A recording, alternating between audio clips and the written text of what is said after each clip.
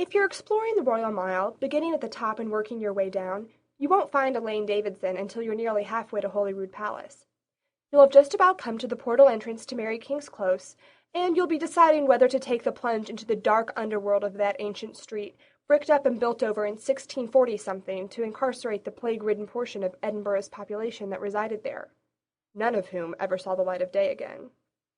You don't really believe in ghosts, but everyone who's ever been down to Mary King's Close does, so you've got to test your fortitude against the supernatural. That's when you see Elaine Davidson. Her name will come later when you look her up in the Guinness Book of World Records.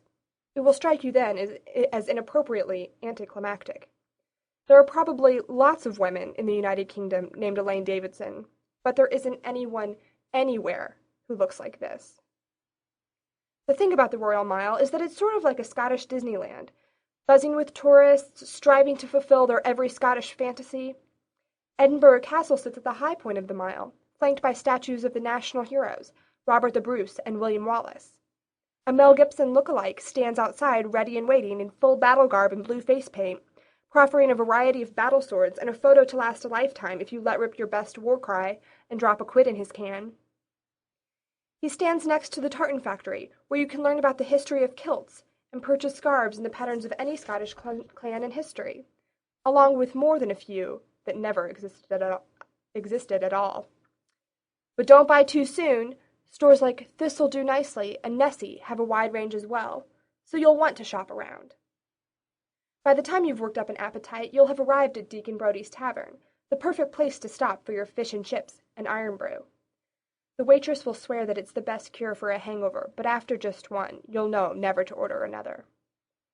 Deacon Brodie's is the one-time residence of the real-life Dr. Jekyll, or Mr. Hyde, if you prefer. He was hanged just across the street, around where the statue of David Hume sits now, in front of St. Giles Cathedral. The Thistle Chapel, inside, is used by the Queen twice a year for meetings of the secret Order of the Thistle.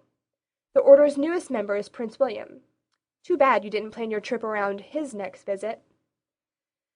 So you're buying your scarves, your beer koozies that look like kilts, your stuffed animals of the Loch Ness Monster and Hamish the Highland Cow, checking out a biography of Sir Walter Scott while trying to remember what it actually was that he wrote, all the while taking pictures of everything you see and humming along to the bagpiper that inevitably has taken up temporary residence next to David Hume's right hand.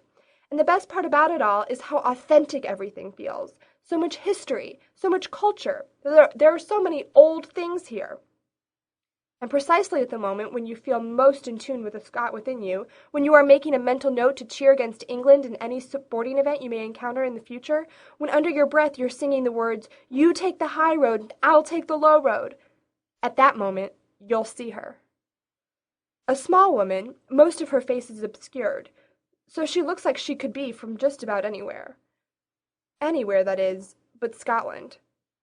Metallic hoops and balls weigh down every inch of her face. Yet somehow her skin is a patchwork of brilliant colors. Fuchsia eyes, yellow cheeks, a polka-dotted forehead. Her hair is massive. Today, her dreadlocks are bright green. They are accented by a blue flower easily half the size of her head. She has 5,920 body piercings. You don't know this, then. You only know the one thought running through your head. What the heck is this woman doing here? Do you take her picture? Is that rude? With Braveheart up the hill, this issue had been so much simpler. Can you ask her the other thing that you are dying to know? How on earth do you get through airport security?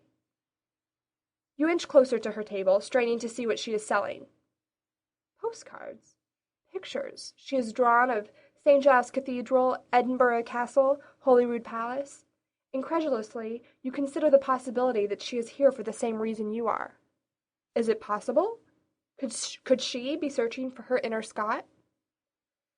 You hesitate for a moment, but in the end, you don't take her picture. You don't say hello or buy a postcard for the cheap thrill of grazing her hand. You simply move beyond her into Mary King's Close to find out if you can be frightened into believing in ghosts. Later, though, at home, you will tell your friends. When you go to the Royal Mile, keep your eye out for the pierced lady.